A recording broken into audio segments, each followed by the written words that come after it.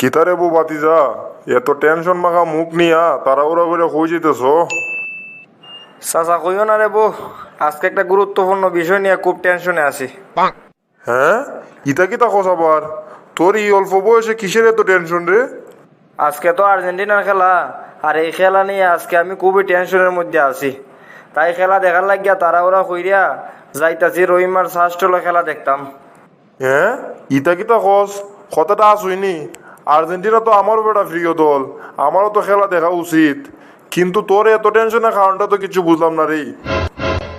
ও বেটা চাচা, আজকে না আর্জেন্টিনার খেলো, আর আর্জেন্টিনার খেলা টেনশন হওয়ার হচ্ছে কথা।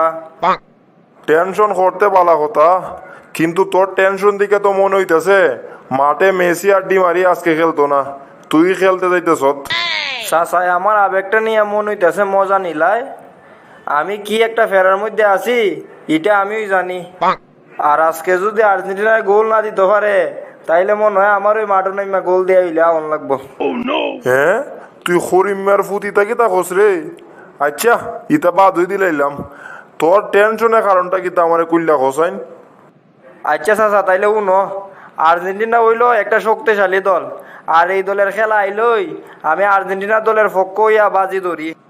আর আর্জেন্টিনা তো এইবারের বিশ্বকাপটাও নিছে। এই সাহসে আমি সুরতালি চাচার ফুল মেয়ের সাথে 50,000 টাকার একটা বাজি ধরে লাইছি। শখের টেলায় এই বাজি ধরার পর জানতাম পারি যে খেলা অস্ট্রেলিয়ার সাথে, আর অস্ট্রেলিয়া তো ভালো শক্তিশালী একটা দল, তাই একটু বেশি চিন্তিত আর কি।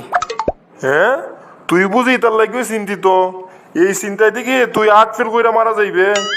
এই অল্প বয়সে জুয়ার আশ্রয় নিছত। দাঁড়া, তোর বাপরে বিষয়টা জানানি লাগবো। আলার সাসারে কইয়া দেখি বিপদই হইয়া গেলাম।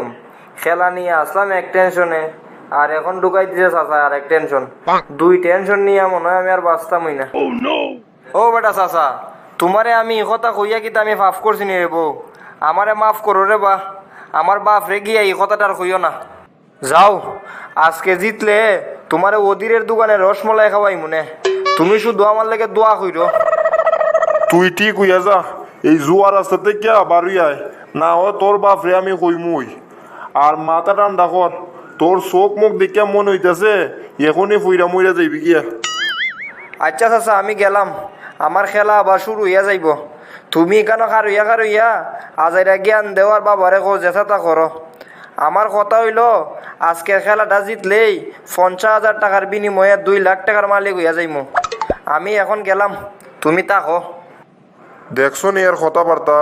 ফুলাটা আগে কত ভালো আসলো, এখন এই জুয়া খেলার নেশায় ডুববিয়া একেবারে নষ্ট হইয়া গেছে। এইরকম হাজারো যুবক নষ্ট হইয়া যেতেছে প্রতিনিয়ত। তাই প্রত্যেক বাবা মায়ের প্রতি অনুরোধ, খেলা আসলে ফুলারে বাজারও ফাটাবেন ঠিক আছে, তবে আপনার ফুলা যেন জুয়ার নেশায় আসক্ত না হয় এইটাও খেয়াল রাখবেন।